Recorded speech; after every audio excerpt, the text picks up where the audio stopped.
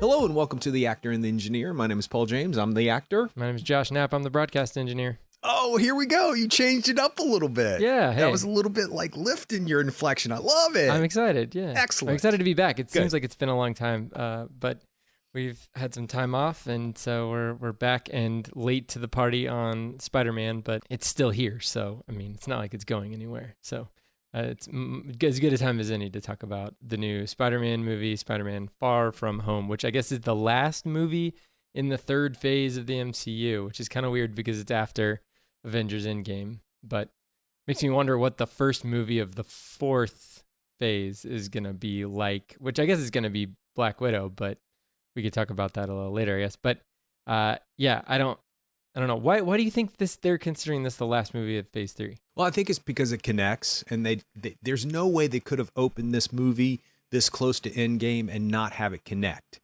And actually I like that a lot because it makes the stakes much higher for Spider-Man. He needs to grow up quicker. You need to see him in the next phase, for lack of a better term, in his existence as Spider-Man, not boy who becomes hero, nerdy guy, which I hate that term, becomes hero. He has to step up. There's no doubt about it, because the man who has made him who he is, or made it Facilitated. Yeah, facilitated. That's a good word. Who he is or has to become is no longer with us. So let's just state for the beginning that, spoiler alert, yes, we're late to the party. Yes, people have seen it. The critics have seen it. I kind of like talking about movies way after most people do anyway, because one, it's not necessarily about what other people thought. It's about what we thought. And two, it just, a little bit of time between the big opening, the critics, the big push on Twitter gives you a little bit of perspective. It gives you not only everybody's opinion, but it gives you your own opinion in a different way. So for anybody who has not seen this, it is definitely a worth to see in the movie theater. But from this point on, spoiler alert, because there's just no way. Yeah. Apparently, speaking of which, Tom Holland got in trouble because when he's being interviewed for this, he didn't give anything out about the movie, but he did say it starts right after Endgame and the ramifications of Tony Stark being dead. And the reporter looked at him like, and he's like, oh my gosh, like Endgame's been out for 2 months. Yeah. Did I just do it again? Because he's known for spoiling his own movies. And Jake Gyllenhaal was like, I didn't say it. And so, yes, so it's right after Tony Stark. So I think that's why there's no way to say this is the beginning of the next phase, because it does on some level lay very heavy on the end of Endgame. Mm-hmm. It's very purposeful that they ended and started this the same way. So I think that's why. I think it's a little bit of I wouldn't necessarily say myself, I think this is the last of this phase, but I see why people are calling it that. Well, I mean, I think Kevin Feige's calling it that. I mean, they're being very specific about the naming of this being the last of phase 3. And I'm sure there's going to be, well, I don't know, something's going to happen in Black Widow that's going to, kick off a new equivalent of Thanos or Infinity Gauntlet, or, big, huge thing that's going to culminate in something else that Doctor Strange and Spider-Man and all these other Black Widow, all these other characters are going to be moving towards, towards defeating at some point. And I'm guessing that that's what will be, phase 4, 5, 6, whatever. So you're saying that the new Thor movie that was just announced, and Waititi is directing that one, that's going to be interesting to see him do a second Thor movie. I'm interested. Like, wouldn't it be great if he just said screw all of his storybook and went with something really dark and deep and depressing just because? We always talk about directors doing opposite things. You looked at me like, no. He needs to do his thing. They're not gonna let him do that, but yeah. I got you. And then there's a new Doctor Strange movie that was announced, and of course the Black Widow. So you're saying that those movies there are all going to interconnect? Yeah. Oh yeah. And the Eternals. I think the Eternals is another one that's coming out. So they're all going to play in together, and there's going to be another Avengers movie in, I don't know, 3 years or something, but it'll be totally different Avengers. It might have Rocket Raccoon on there. I don't know, but yeah, and then Guardians 3, which James Gunn is back on again as director and writer. Those will all play into the new Avengers movie is, and also whatever they're going to be fighting ultimately. Because I think wasn't Thanos teased at the end of Avengers? I think, yeah, that's the first time we see him is at the end of Avengers. It's whenever that scene where he's like, "Fine, I'll do it myself." I think it was Avengers, but still, so like they laid the groundwork for that, in whatever 2009 or 2010 or something, and it finally culminated this year. So yeah, I think that's probably what's going to end up happening. Now, the beginning of this movie, though, you're talking about spoilers. I mean, yeah, it's kind of hard to like, especially not spoil Endgame, because the beginning of this movie, other than that like Mexico scene with Nick Fury, and the Kobe Smulders character, they go right into a recap of the end of Endgame in an amazing way, which they're using the AV Club, the AV Club scene, kind of where they're doing the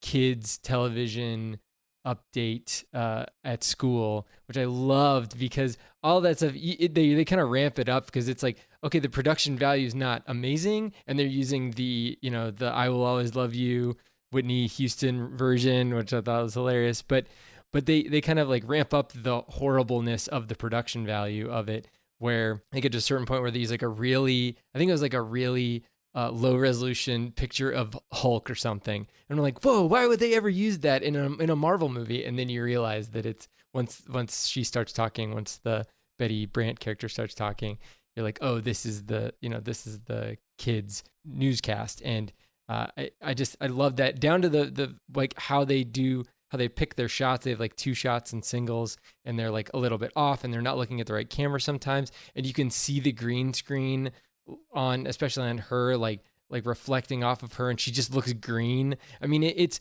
horribly lit. It's horribly edited. They use a Getty Images picture of Iron Man or something, where like it still has the watermark, the Getty Images watermark on it. And I mean, it's great. I loved it. I was like, so as somebody who does that kind of thing every day, or watches for high production value every day, seeing something that's so low production value like on a big screen, and knowing that the people that made it know what to do and what not to do, and they purposefully are like making the worst ever TV production, I was like, oh, I love this. It's so ironically delicious. So that was great. But yeah, they come right out, and they give you a little bit of exposition and try to, they bring up, I guess this is the first time we've heard about the blip, right? I don't think they've said. Well, that's the first time I think they've called it. Yeah. So that's the way that they are describing everybody coming back after 5 years. And at least they're taking stock of what that's actually doing to society. Obviously, we looked at what it did to the people who stayed during Avengers Endgame, but now we're trying to kind of understand how that's affecting the people who came back, and the fact that they don't have houses anymore, and all their stuff is stored away somewhere, which I guess is better than the alternative of like, well, we just threw away all their stuff because we thought that they died, or we just divvied it up, because I mean, they're not coming back. So I mean, that's actually a better scenario than just throwing away people's stuff, or just like scavenging all these people who supposedly had died. So that's good. But then it took me a little while to understand like the whole high school scenario. So I guess his high school class is made up of people who blipped plus people who have grown up during those 5 years. So it's kind of like, I don't know, I guess half and half. It's convenient that most of the kids in the movie all blipped, except for that one guy. What's his name? Brad Davis. I thought he, for some reason, I guess he was a kid who was 5 years younger than them, and then has grown up and is now in their class. So that's what was confusing to me. But he's their same age now. So anyway, it took me a second to really process all that. But well, you just have to keep reminding yourself that in the blip, time stopped. Outside of the blip, 5 years went past. Yeah. So everybody who was 14 is now 19 in real life, but everybody who was 14 is still 14 who were in the blip. Yeah, and it's not like they sat somewhere for 5 years. Yeah. Yeah, I guess it's that whole quantum realm time travel thing. And, oh, yeah. I thought it was smart to define it that way, because it does add to some antagonist, protagonist stuff early or later on in the film. And it's a good way because it definitely it has to be explained because we know in Endgame 5 years has passed. Mhm. So they had to have come up with something. And I thought it was really clever. And I'm going to go back to your little shot in the beginning of the film and congratulate this movie on doing everything character based. The two young people who are doing the TV announcement, you can tell that she's like Reese Witherspoon from Election. As a matter of fact, I think she's dressed exactly like Reese Witherspoon from Election. She's got control issues. She's got to be in, have everything precise, and she's working with TV production in high school. And the other guy's kind of like a little, not a surfer dude, but he's a high school kid who just doesn't really care less, and he kind of likes the attention he probably gets from girls or guys, whatever he's into, because he's on the TV, but doesn't really take it seriously. He never learns his lines. He never reads it before, none of that kind of stuff. And she knows everything the night before, and she's calling him, it's all character based.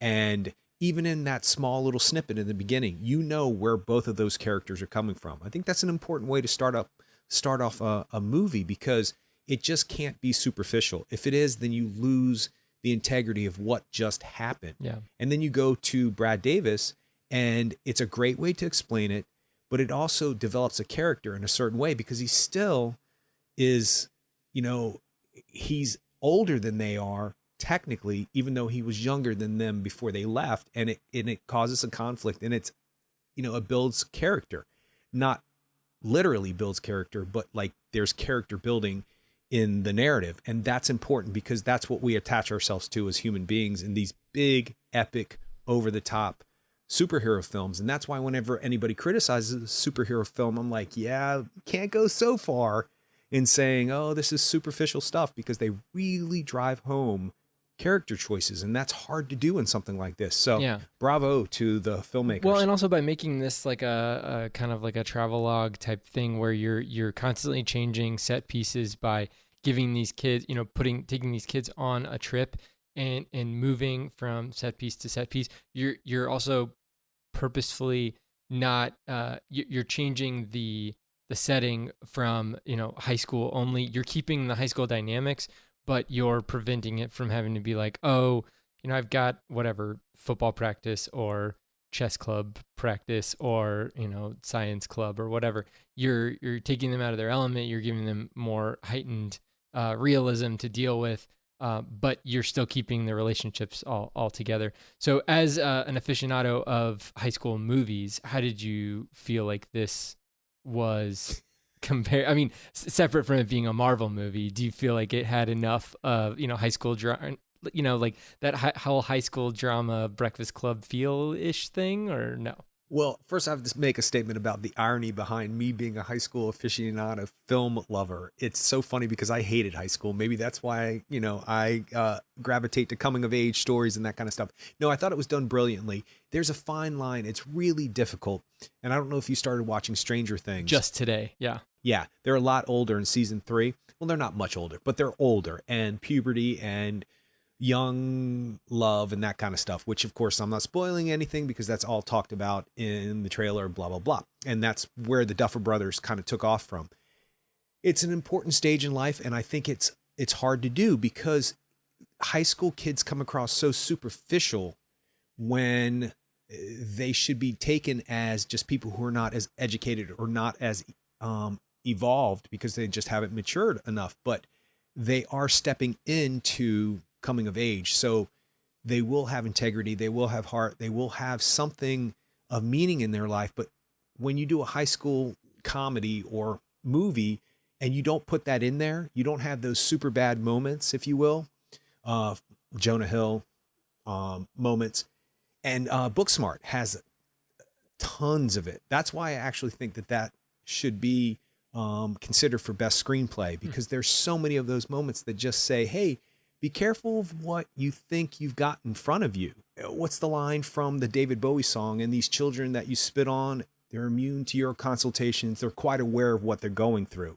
So when you have a teacher who is talking down as if this is a young kid who doesn't understand or doesn't have the capacity to understand, then I think a high school movie falls apart. So the answer to your question is no, I think they handled it really well. I love the fact that it's one step past, will you go with me? Check yes for if you will, no for if you don't. I mean, it's one step past that 8th grade middle school stuff So to all of a sudden have a relationship develop out of somewhere where you kind of hated somebody, although he liked. Let me see if I can make more specific things about this. Ned and Ned and Betsy. Yes, Betty. Betty. Yeah. They kind of hate each other on the plane, and then all of a sudden they're in love. It's so High School Musical, Yeah. but it adds something to the story. Every time something happens between them, it pushes the narrative in a different way, or you see the narrative in a different way, all the way from they want to make it about a buddy trip. That's what Ned says to Peter Parker. But Peter Parker's so over the moon about MJ that he's got this whole setup by himself. But all of a sudden that would never happen, or the stakes about that happening would never be so high if all of a sudden Ned didn't come off the plane and say, we're in love. Mm-hmm. What?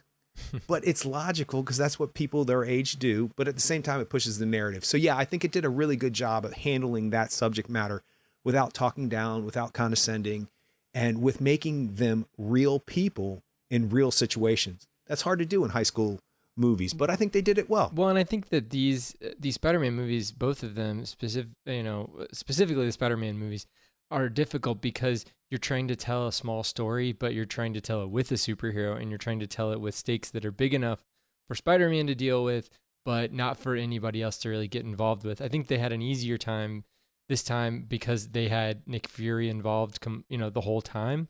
And Nick Fury being one of the main connections to S.H.I.E.L.D. and to the Avengers. At any time, there could have been something where it was like, oh, we need to get the Avengers involved, but that never really happened. And Mysterio, who we haven't talked about yet, played by Jake Gyllenhaal, kind of was trying to instigate some sort of like, hey, this is an Avengers level situation that I'm going to try to, to determine, I'm going to try to quell, I'm going to try to fix so that I can make my reputation as an Avengers level superhero. And so I think that it was a kind of ingenious that the whole time it wasn't like Mysterio, it wasn't like the Jake Gyllenhaal character needed Spider-Man or needed anybody else to take care of this, these threats, because he was always planning on dealing with them himself to make a name for himself. So the fact that Spider-Man was there was, that was coincidence initially, but necessary for the storytelling of the film. So the Mysterio character I thought was a really cool. I kind of knew just from reading about it beforehand. I'd never read any of the comic books, but reading about that he used special effects to make people think that he was doing bad things, or to make people, he wasn't really a superhero. He was a practical effects type person. So they stayed true to that here. And especially they kind of tried to do a little switcheroo, but it didn't, I don't know if it fooled anybody in the theater that I was in, because no other, they were trying to call it, what were they calling them? Elementals, I guess. And maybe that's a thing. Yeah. Elementals. In the comic books, but I don't think it ever really fooled anybody. But I did like how they tied it into Stark Industries. That was really cool. And I don't know if that has any precedent in the comic books, but that is a genius move to give motivation to these kind of like marginalized characters at the very beginning, and to the ancillary characters from Iron Man, Iron Man 2. And they even brought in some of the same actors to play those roles. Like they cut back to a scene in Iron Man where Jeff Bridges is strangling a guy, saying like, he made this in his basement, and it's they used that same guy for that to run that technology. So I thought that was really cool. And the fact that they harken back to BARF and that technology being, the holographic technology being the basis of all the Mysterio is doing, that was really cool. I'm amazed I guess they give themselves enough time to kind of go through, and they have this like sandbox that they play in, and they give themselves enough time to like try a bunch of different things. And we don't ever see all of the things that are on just in the trash can, but there's got to be hundreds and hundreds and hundreds of different scenarios that that they develop and then they just throw away. And I think it's amazing that they can come up with consistently codified and solid plot that I'm sure still has holes, but doesn't have the huge, Mack truck driving through gaping holes that a lot of movies have had in the past, and some still do today. So I was impressed with the setup of the Mysterio character, and I thought that was great. Well, first of all, it's Jake Gyllenhaal, so enough said. I'm glad to see him do stuff in this realm, in this world. It's good to see him do a big blockbuster, and he brings what he usually brings. And I will say that I'm not sure if anybody was surprised that Mysterio became a bad guy or a criminal, if you will, but I was. And I'll tell you why. Because I sort of know the history of Spider-Man's rogue gallery and sort of don't. I was more of an animated series and less of a comic book Spider-Man fan, but I do know about the Sinister Six, and I do know about Rhino, who I love, by the way, and the Vulture and all those other ones that we've seen so far. And Mysterio, they've been talking about for years, trying to get into a movie and how difficult it might be to present him because of what he does and how he looks. And I think what they did is they made a really smart move. They made him look exactly like he did in the comic books, and there's no apology for it whatsoever. And actually, my brother said that's the only thing he didn't like about the character. And then I texted him a picture of the astronauts from the United States. And I was like, well, I'm just saying, kind of looks exactly the same with the bowl and all that other stuff. And he's like, yeah, dumb. And I was like, well, okay. But they were consistent with it. So I thought that was brave. And I personally think it worked. With his helmet that you later on see is actually a device. The non-Mysterio, Quentin Beck, when you see him operating everything. Here's what it did for me.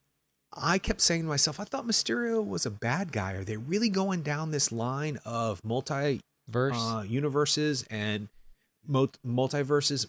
Right. So I was like, okay, I understand why they're trying to open that up. But is he a bad guy on his Earth and he's a good guy on this Earth because he's going to later on reveal that he was a bad guy and how he regrets it, blah, blah, blah, blah, blah, blah, blah. And you find out, no, he is actually exactly what he is in the comic books. He is a villain who creates illusions to get what he wants. And this is a big scheme of his to get something very simple, which is that those glasses, which are basically the technology that he created, the Barf technology, although he calls them something different. I can't think of what it is right now. And then all of a sudden it's revealed that this guy really is doing all of these illusions. And I was like, fancy that.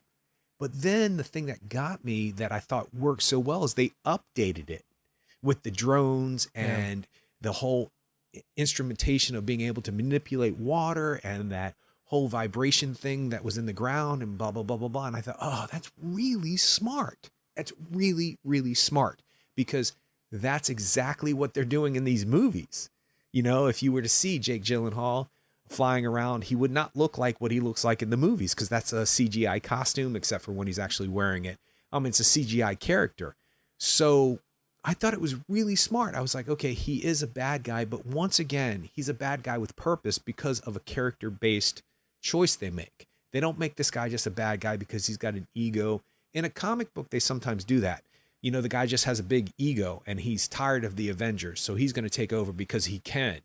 This is based on something, and that's probably another reason why this is the end of this phase, because without all of this stuff that leads back to Tony Stark, you couldn't do this movie. And so once you find out that that technology was stolen from Tony or was stolen from Quentin, you're like, oh, that's a perfect motivator to become this character. And when he is given the glasses and Peter Parker walks out, and then all of a sudden Jake Gyllenhaal does this really crazy choice right there where he's like, yeah, that wasn't so hard. And he just does this like completely transformation into a completely different person right in front of your eyes. And it's almost like you can see that stereotypical computer nerd come out in him. Like he's holding it down and he's like, somebody get this stupid costume off me. He's a completely different person right then. So that to me was shocking. That's where I was like, oh, they got me, because I actually thought they were going down the realm of he's here to do something good because he was bad before. Yeah. because it made sense to me that they were going to open up the multiverse because maybe that's the next phase for this world. And, but they didn't.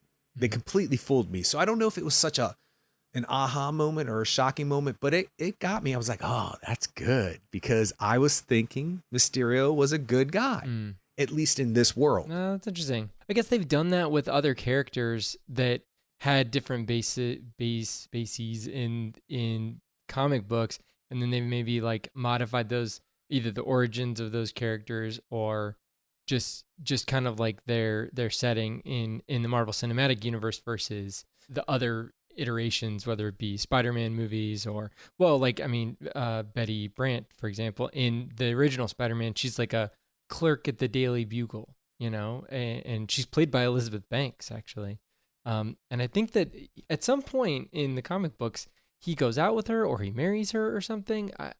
Peter Parker does. So I don't know. And same thing with like Brad Davis. Like, he's supposed to be like a quarterback at the high school, and he dates Mary Jane at some point, like after she breaks up with Peter. So it's just, they're kind of like riffing on previous histories. But I guess with a lot of these comic books, there's so many different iterations of Spider-Man over time, and different different configurations of each of these characters. The Flash Thompson character, being Right, played by yeah. Tony Revolori. I mean, all of those characters are recurring. Ned, his friend, all that. So I mean, it kind of makes sense. I mean, even what they do with May in this iteration of Spider-Man, she's much younger, and she's a totally different. Like, she's not a feeble old woman who's like on the brink of death every moment, especially if she finds out that Peter is Spider-Man. They kind of like squash all of that, even in the original movie, the Spider-Man Homecoming movie. So they take these characters in different directions, and I'm kind of shocked at how integral Happy Hogan, the Jon Favreau character, is into this, into the Spider-Man portion of the MCU.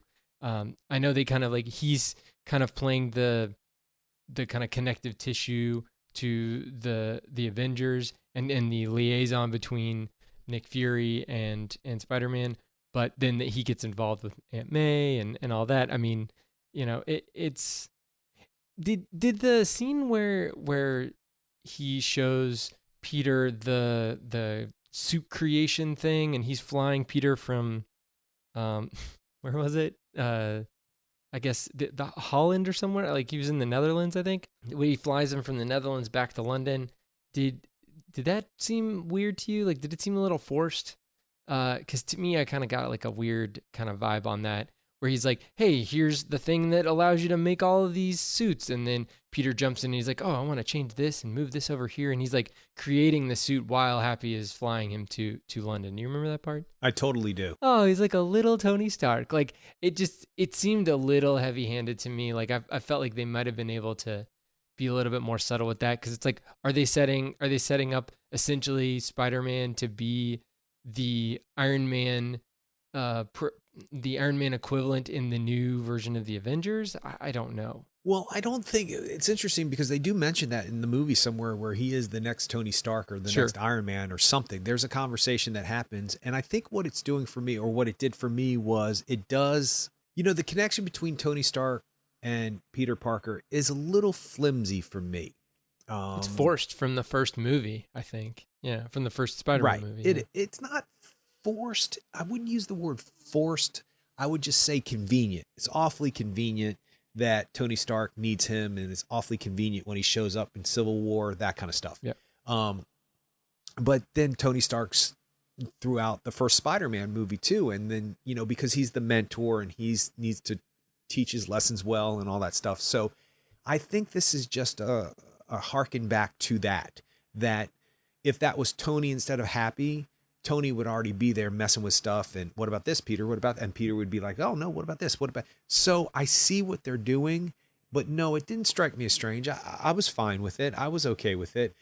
I think what's interesting is how they could move one character, and wasn't it Venice they were in?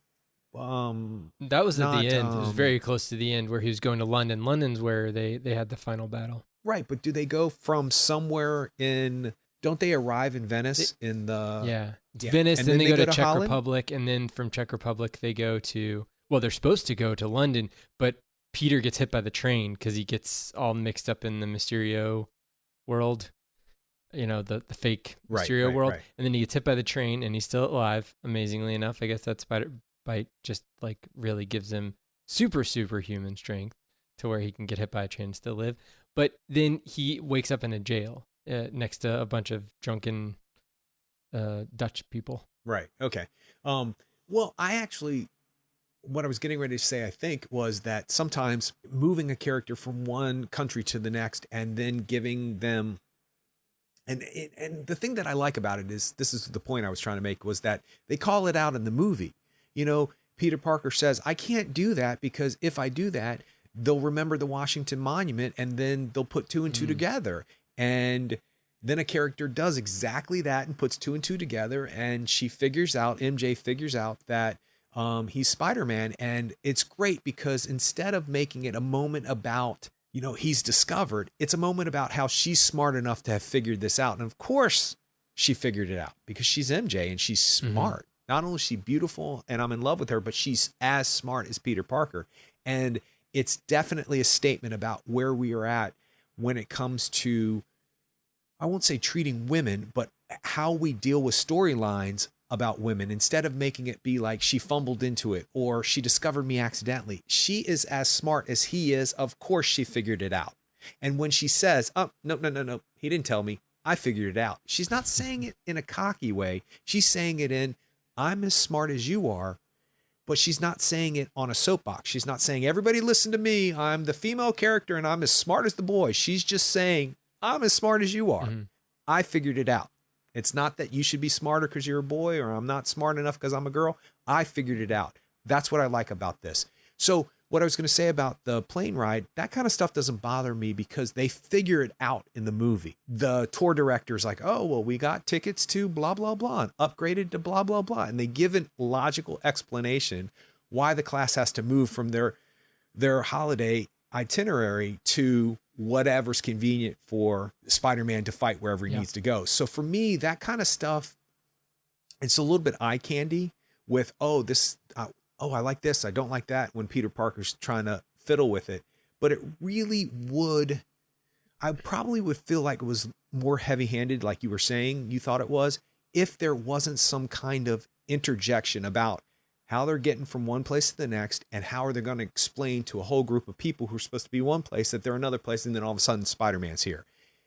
It just is all tightened up and it's all written extremely well. I want to mention the writers' names. Chris McKenna and Eric Summers. Right, did the screenplay. Okay. I've learned very recently, I haven't learned, I've always known, but I've definitely solidified my thoughts on, I think we need to mention the screenwriters and the writers and the people who come up with these concepts, because originally it's based on a Stan Lee comic. I think we need to mention the writers as much as we mention the cinematographers as much, and we do, but I think I want to bring it up much more because I really have realized if it's not on the page, it's just not going to be on the screen. If it's not on the page, it's just not going to be on the stage. And that's just the way that it is. So I just wanted to give a shout out to the writing team because I think they did a really good job at, you can sit back and these modern day audiences can pick things apart. And a lot of people will make a point about, well, what about that? And you're like, damn, that is a really good question. First of all, why didn't I think of that? Second of all, it doesn't make sense in the movie. And third of all, why didn't they fix that? How can somebody in the audience figure that out? So for a screenwriter to have to deal and juggle all of those balls and storylines, if you will, it's a difficult thing. So once again, to reiterate what I was saying was the plane scene, I see what you're saying. I guess I sensed something of convenience. Oh, that's convenient. That Happy picks him up and he gets to... It's not that, it's that they're forcing us to see Spider-Man as Iron Man, as the equivalent of Iron Man. When he's not that's not his character, especially it's not his character right now. Well, I think that they kind of absolved themselves of that when he gets into the metal costume at the end of the first Spider-Man film, and he's got the upgrade that Tony gives him one upgrade and then takes it away from him. And then at the end of the movie, in the scene where Gwyneth Paltrow forgot that she was in the movie. Did you see that? She's doing a cooking show with Jon Favreau, and he mentioned something about Spider-Man. And she was like, we weren't in Spider-Man. I was in Avengers. And he goes, no, you were in Spider-Man. Here's where I will defend her. First of all, it's a cameo at the end of one movie that she probably did a bunch of cameos to fit into this universe. She didn't even know she was probably in the end of Spider-Man. And if she did, it probably just kind of was like, I can barely remember it's Wednesday. So, I mean, she's got a lot going on. It's a funny reaction. Have you seen the video? You should watch it because she is convinced I'm not in Spider-Man. And she's looking at him like, what is wrong with you? And he's like, no, we did the end of Spider-Man Far From Home, or no, Homecoming. And she was like, what? No. And then she goes, oh yeah. Oh, and you can see the look on her face like, oh, that was, okay. I didn't really realize that was Spider-Man.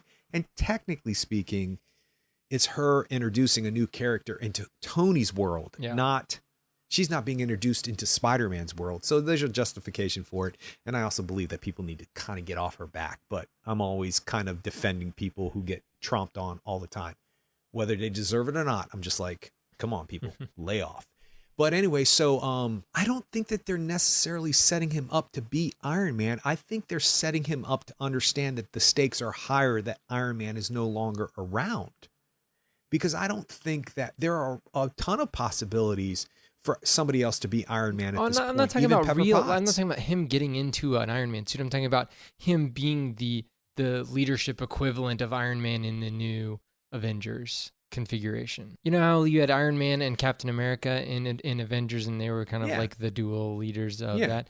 I think that seemed to me what they were trying to do is be like, you know, he's gonna be the kind of like techie guy in techie lead of the Avengers, in this newest iteration of the Avengers. But I don't know. Well, that wouldn't make sense for one reason only. I get what you're saying, but that would not seem appropriate because you got the Falcon, who is now the new Captain America, and you have Valkyrie, who's the new Thor, if you will. She's Valkyrie, but she's a Valkyrie. But she's stepping up to run the new Asgard. Mm-hmm. So he's like fourth or fifth in line, and I know, seems weird. And even with Ant-Man or with Bruce Banner, they're both way smarter. But here's the thing, though. There is a gaping hole, not only because of Tony Stark, but because Vision's gone. And, without, Michael Douglas is in the end of Endgame, so he's there. But without all of these technically really advanced and smart people, that whole thing that Tony Stark does is kind of got a hole in it. So, okay. I get what you're saying. I guess we could talk. I mean, I'll just talk a little bit about, technically, I think that the CGI was very well done, but you can kind of expect that nowadays from Marvel movies. I didn't see any kind of like problematic issues, especially since it leans heavily on those kind of like, I don't know what you want to call them, like Mysterio fever dreams that Peter Parker gets into, where you're seeing a bunch of different fake things and you're not sure what's real, what's fake. And that Mysterio uses that to his advantage, especially at the end where Spider-Man's going through a bunch of fake things, and then you come out to what you believe is a real scenario, and that's where you're getting faked out. So I thought that was well done. The kind of climactic scene of like, well, we haven't talked about the Peter tingle yet, but that's the only reason why he is able to push through all of that. Without that, he would not have been able to defeat Mysterio. If he was just relying on his normal senses, he would have been completely fooled by what Mysterio was doing.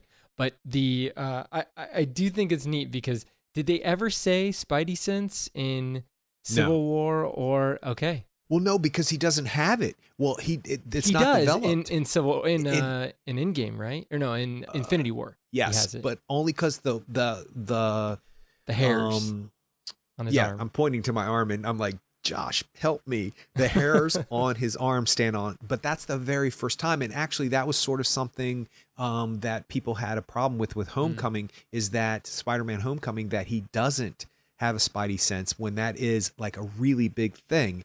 So once again, it's just brilliant writing if you think about it. How do you introduce it? How do you introduce this and you were talking about the new takes on characters and stuff like that. And by the way, I looked up a couple of the characters.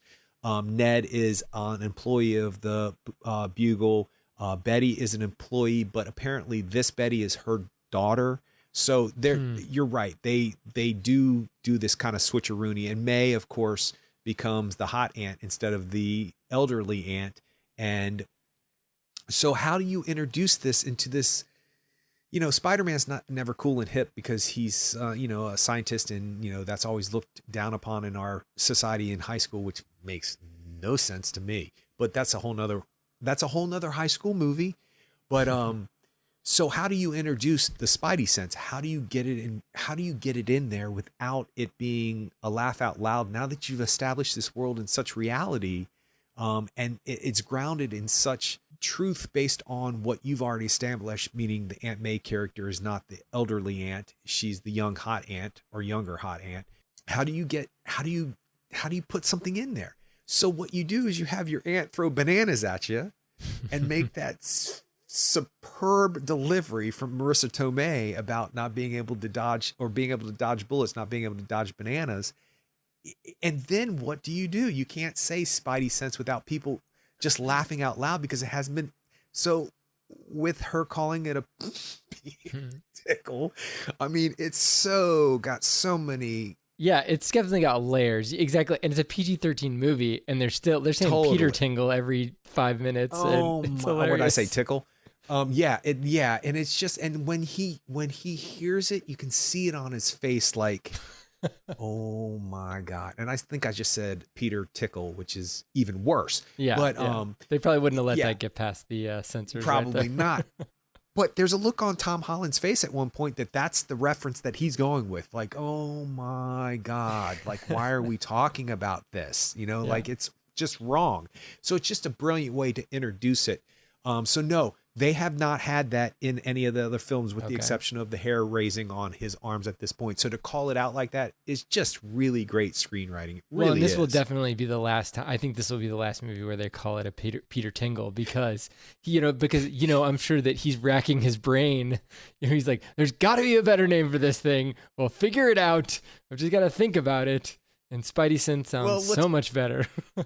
Yeah, what's going to be great is, how do they discover it, or how does he discover it, and how does it come out? Like, how is it going to come out in a conversation, Yeah. And they'll probably go along the lines of her keep saying one thing and him, and her come up with a different way, and he goes, no, that kind of thing. But I'm usually not that amused by those double entendre things, but for whatever reason, there's just something about the way it sounds when they say it just hilarious to me. I'm not usually like, I wouldn't say it was crude per se, but I'm usually not that, person to laugh at that kind of joke. But man, I was laughing out loud. My dad was looking at me like, what's so funny about that? And I was like, never mind. Okay. I don't even know how to begin to explain that to you. Wow. And what's so funny about it, Mm-hmm.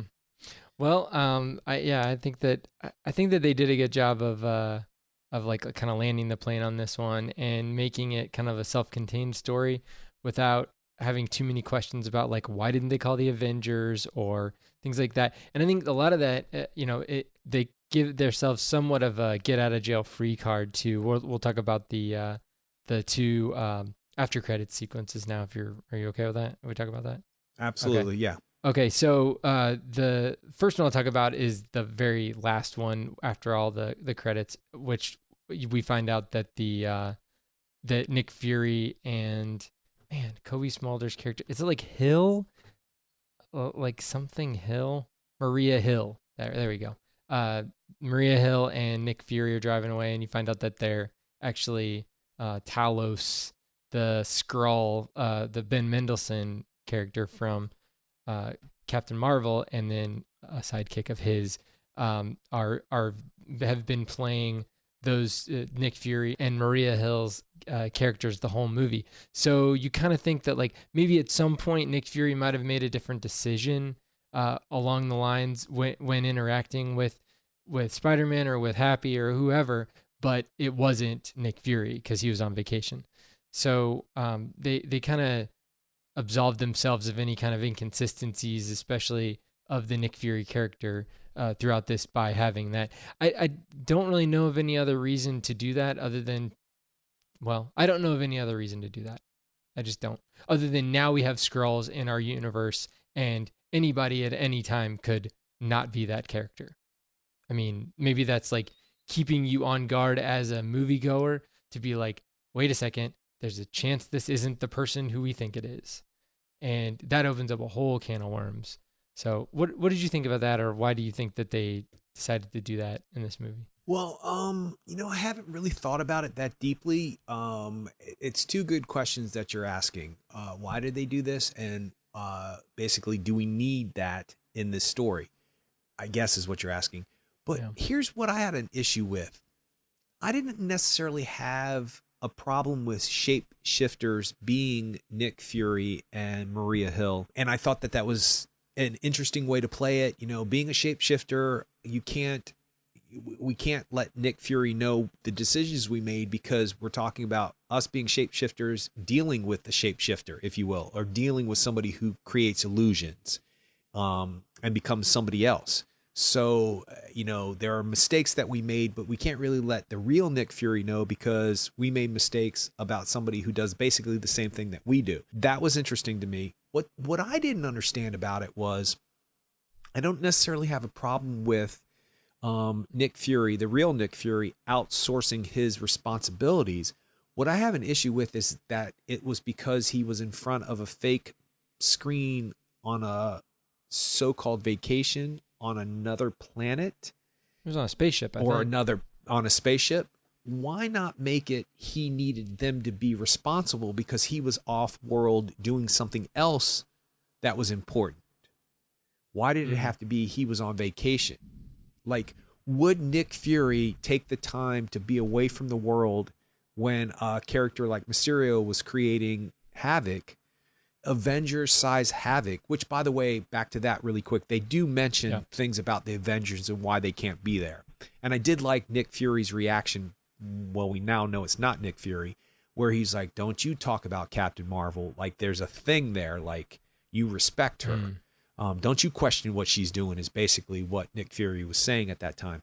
So you jump to the end credits and you think it didn't work for me as a big reveal because if Nick Fury was doing something more important than just taking a vacation, which I guess he's not necessarily taking a full vacation because he is on some kind of spaceship somewhere else off-world, then would he leave the responsibility of trying to help Peter Parker / Spider-Man / the new Tony Stark, if you will, would he leave him to the responsibility of somebody else to take a vacation? It doesn't strike me as something Nick Fury would do. If at the end of that, we saw Nick Fury still checking in off-world on that spacecraft with what happened with the shapeshifters. I can't remember their names. Skrulls. Yeah, no, I remember that, but I don't remember their It's like their characters' Talos. names. That's the only one I think is named. Talos. Okay, got it. Would Nick Fury be okay with that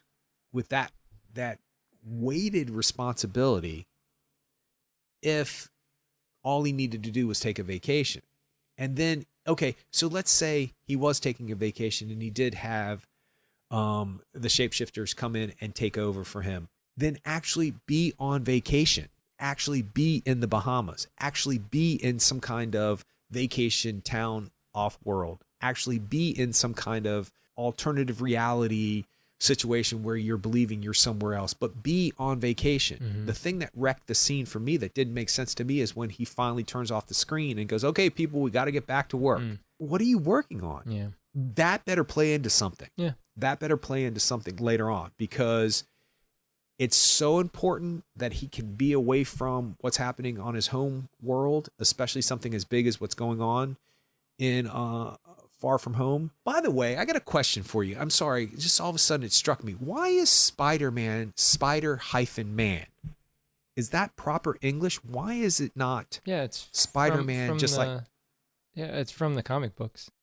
It probably has a lot to do with trademarks and with intellectual property. What they have trademarked is Spider-Man, and so every time they use that name, they have to use Spider-Man because Spider-Man without a dash is not trademarked by Marvel. Okay. Because I was like, why is it not Bat/Man? You know what I mean? Like, Mm-hmm. why is it? I thought maybe it was a proper English thing, like where to put a frickin' comma, which is troublesome for me. But anyway, so I didn't mean to digress, but you've got some of those things really down packed. So I was like, I'll bet you $1,000,000 Josh will know why. But of Well, course, that makes I don't sense. know. I'm just guessing. No, that makes way more sense than me trying to figure out if it's English. Yeah. So the other uh, after credits sequence has a lot more impact to Spider-Man and to the story and to the MCU than the one we just talked about, and that was first of all the re-entry of J. Jonah Jameson, played also by J.K. Simmons, like he was in the Sam Raimi movies, which I thought was really cool.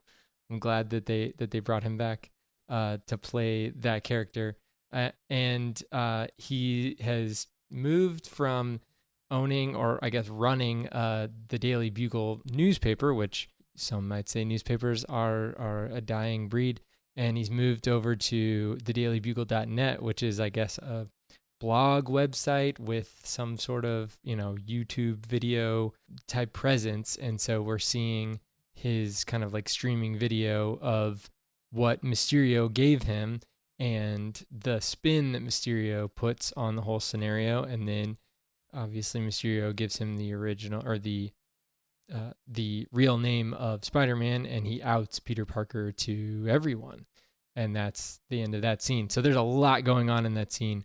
First thing is that we get to see J. Jonah Jameson again.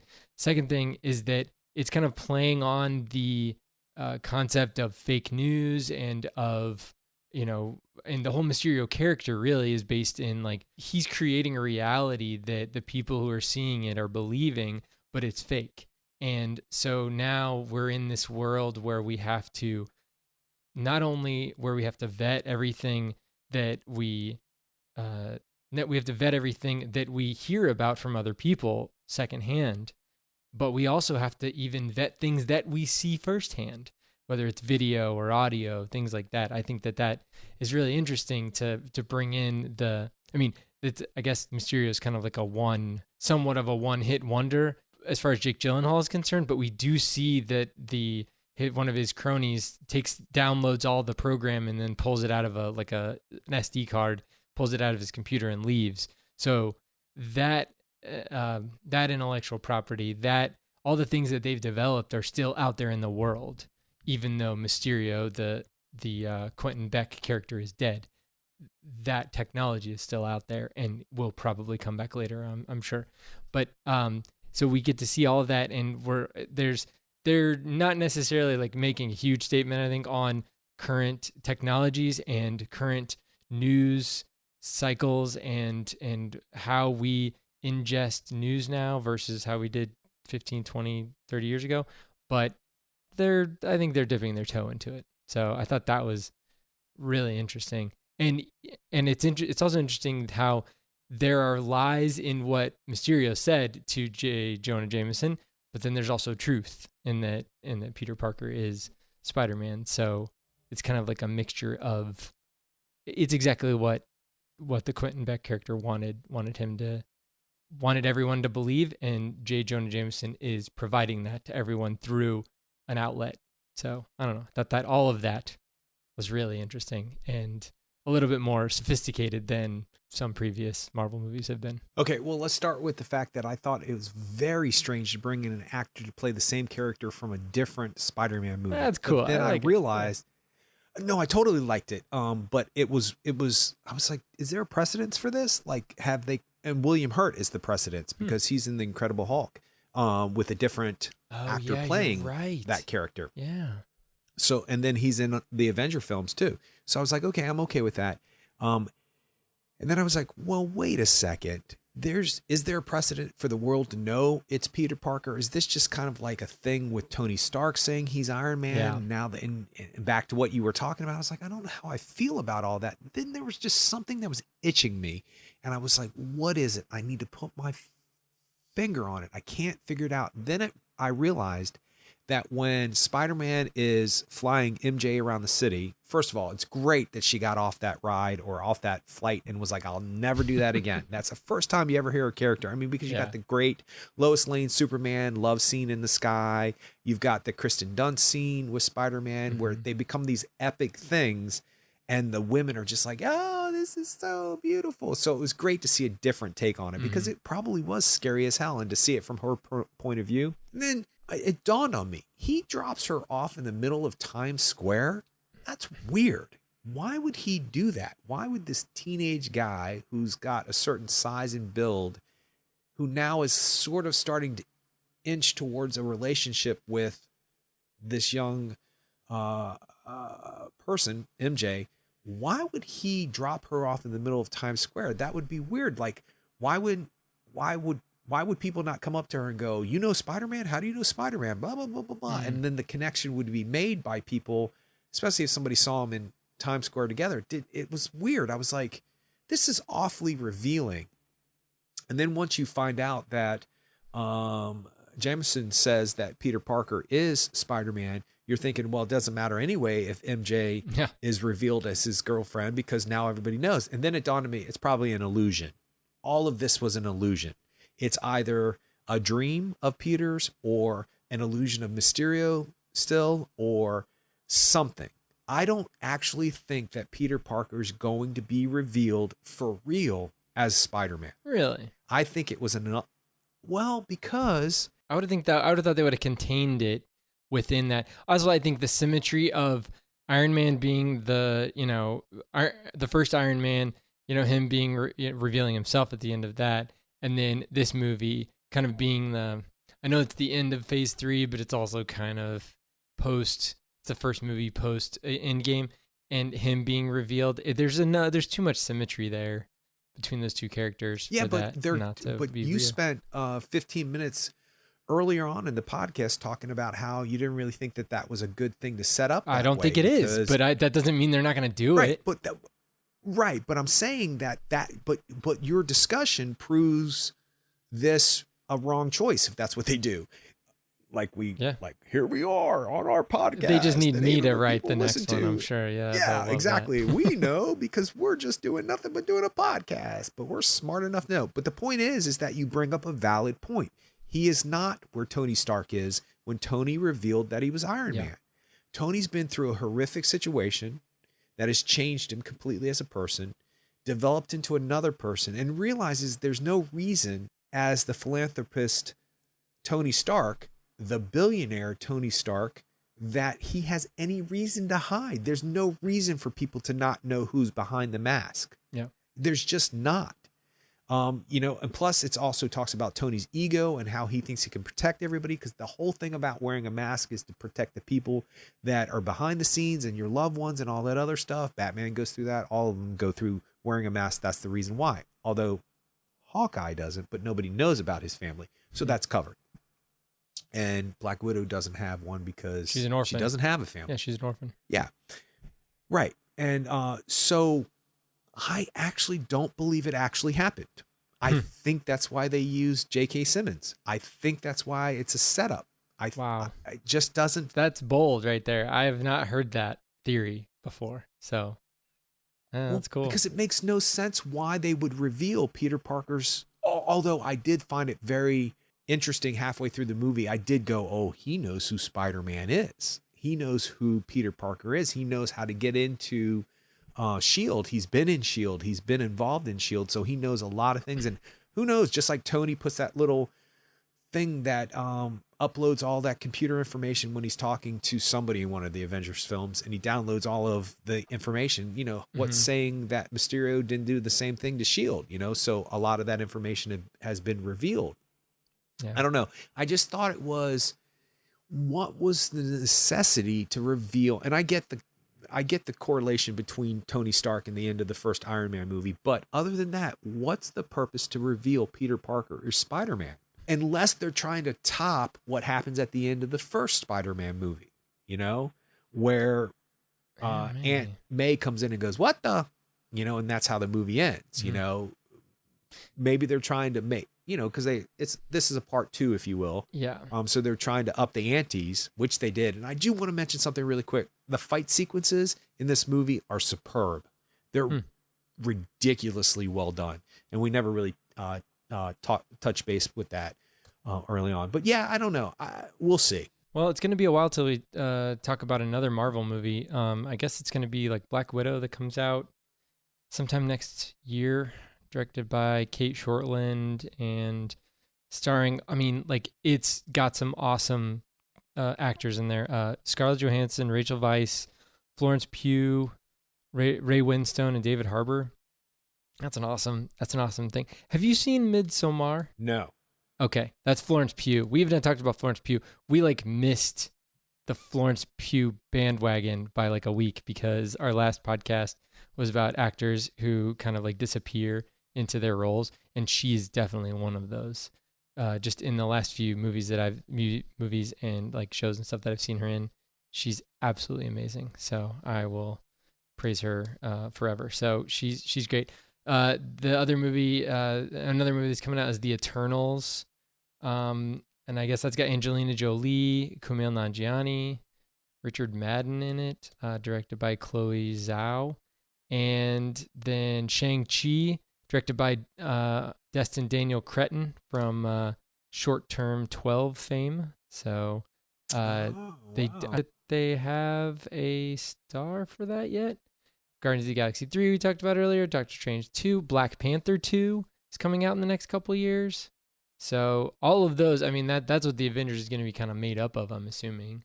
So yeah, it's going to be good. Well, there's your answer to the solution of Tony Stark in the Oh world. yeah, it's going to be what's her name? His sister, Letitia Wright. Oh. That's definitely going to be. I would think that would be. I think she would fit in very well. Yeah, totally. I was actually thinking of the Black Panther with all the technology that he has, even though But he's like dumb compared to her. Yeah, that's true. They make that very clear.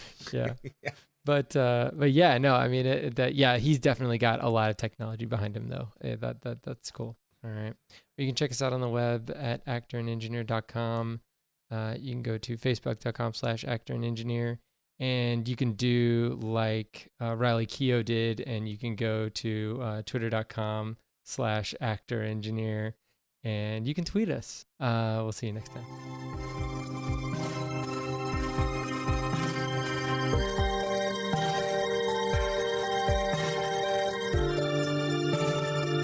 Ridiculous. I screamed like a little girl because I saw your message, and I was like, "Wait, did Riley Q just tweet us?" I was like, "What just happened?" And I was a little confused because I saw your tweet or your text, and then I was like, and here's the weird thing, because I saw your text and I was like, I don't know what I was thinking, but then I went to Twitter.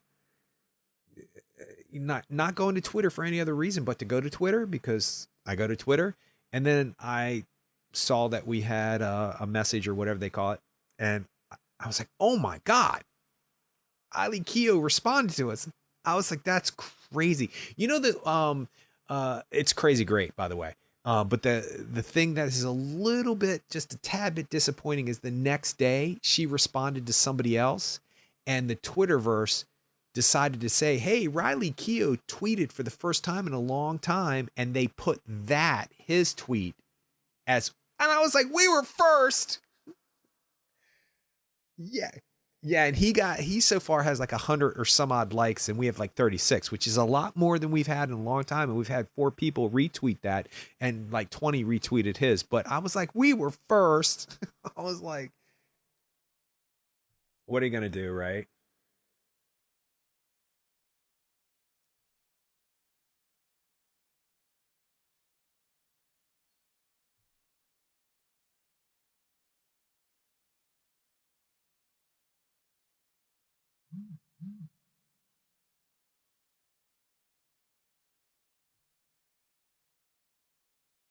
So there has to be that, right?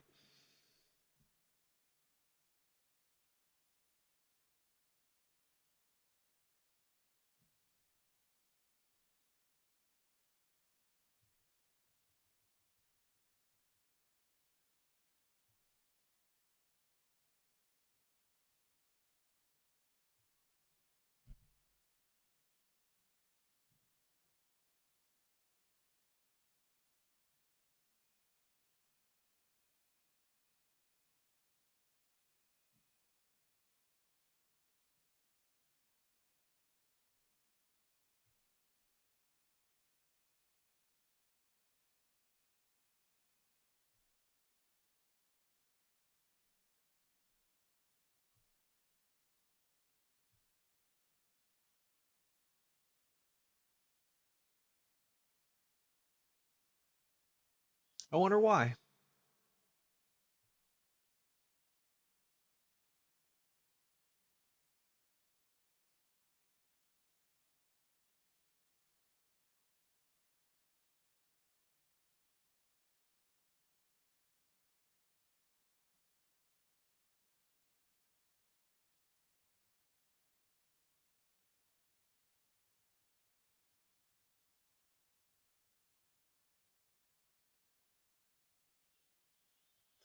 Yeah, 38 people have liked it, 4 people tweeted about it or retweeted it, and then 5 people responded to it, but most of them respond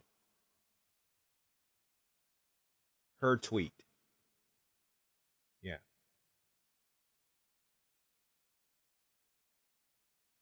Yeah, but it's still retweeting her tweet puts our tweet on that. Yeah. Yeah. Oh yeah. Oh yeah, it's right there. Because with her tweet, she responded to there are some actors and actresses who can truly fit.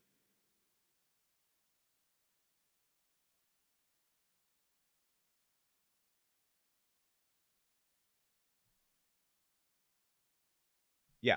And that's the one that when I don't really know how to explain it, but you know, like when you have a message and you get like a one or two that you have two or three messages, like email, I guess, on your phone.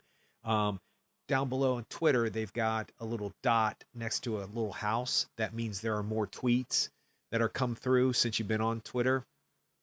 Or yeah, because Twitter does something interesting. Twitter stays on the same place that you leave it on.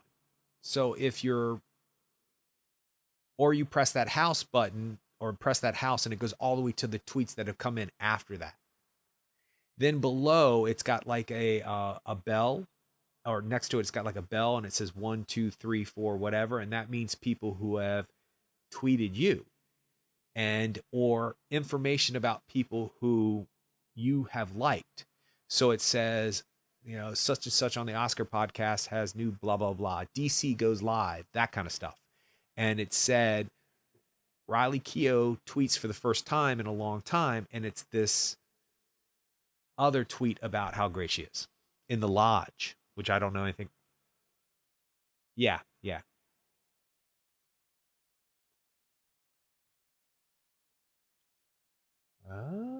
But it's not about our account. It's about Riley Keough tweeted for the first time.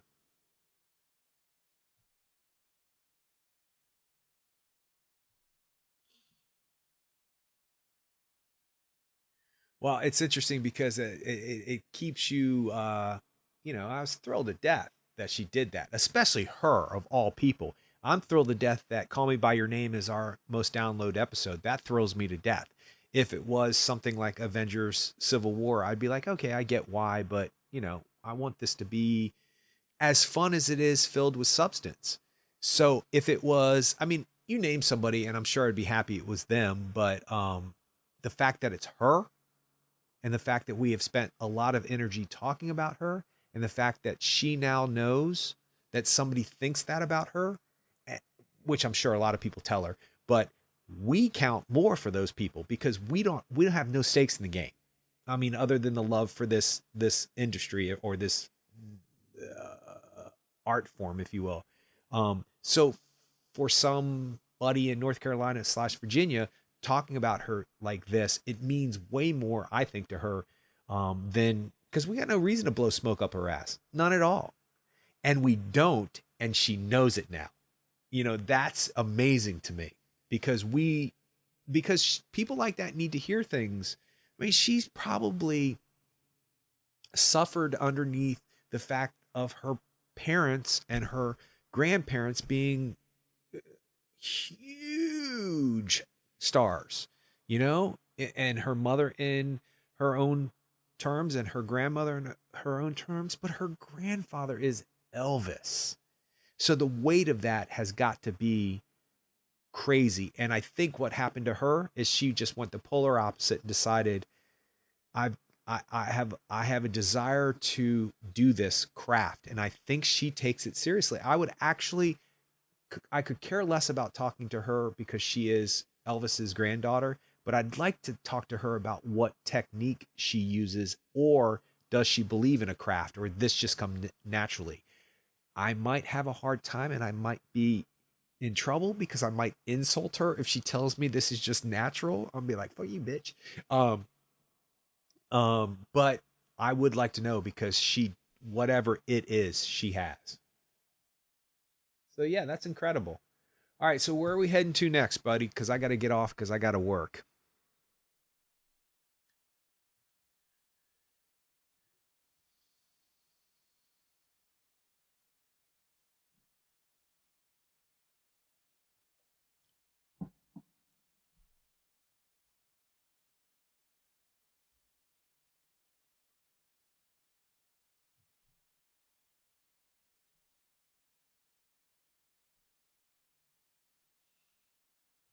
No, I'll see it. I was gonna see it last week sometime, and I just time got away from me, so I just didn't get a chance to